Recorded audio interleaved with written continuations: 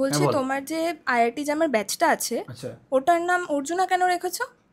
অনেকে বলছে তুমি নাকি আবার পিডাব্লিউর কপি করেছো।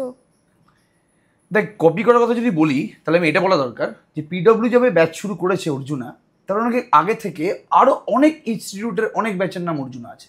আমার কাছে যে লিস্ট আছে, একটা হচ্ছে অর্জুনা ক্লাসেস যেটা শুধুমাত্র কেমিস্ট্রি পড়ানো হয়, একটা হচ্ছে আরএস ইনস্টিটিউট কানপুরে যেটাতে অর্জুনা নামে একটা ব্যাচ আছে, আরেকটা আছে আনন্দ একাডেমিতে Arjuna batch for cat cat preparation, MBA preparation, এবং আন একাডেমি বলে যে এডুকেশনাল প্ল্যাটফর্মটা আছে সেখানেও কিন্তু একটা ব্যাচের নাম অর্জুনা ছিল।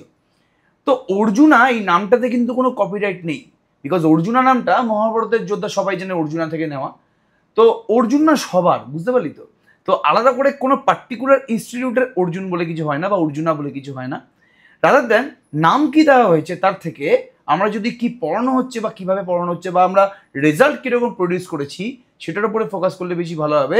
রেজাল্টের ব্যাপারে বলতে মনে পড়ে গেল, আগের বছর আমরা কিন্তু 39 জনকে মাত্র পড়িয়েছিলাম ফর আইআইটি জ্যাম ম্যাথামেটিক্স। সেখান থেকে 4 জন কিন্তু আইআইটি পেয়েছে, সরি 3 জন আইআইটি, একজন এনআইটি পেয়েছে। তো রেজাল্ট আমাদের মারাত্মক লেভেলের হচ্ছে, যেভাবে পিডব্লিউর অরিজিনাল রেজাল্ট দুর্দান্ত লেভেলের হয়, ওটা আইআইটি জেইর ব্যাচ, মানে যারা ক্লাস 12 পাস করে আইআইটিতে যাওয়ার জন্য প্রিপারেশন নিচ্ছে তাদের জন্য ব্যাচ।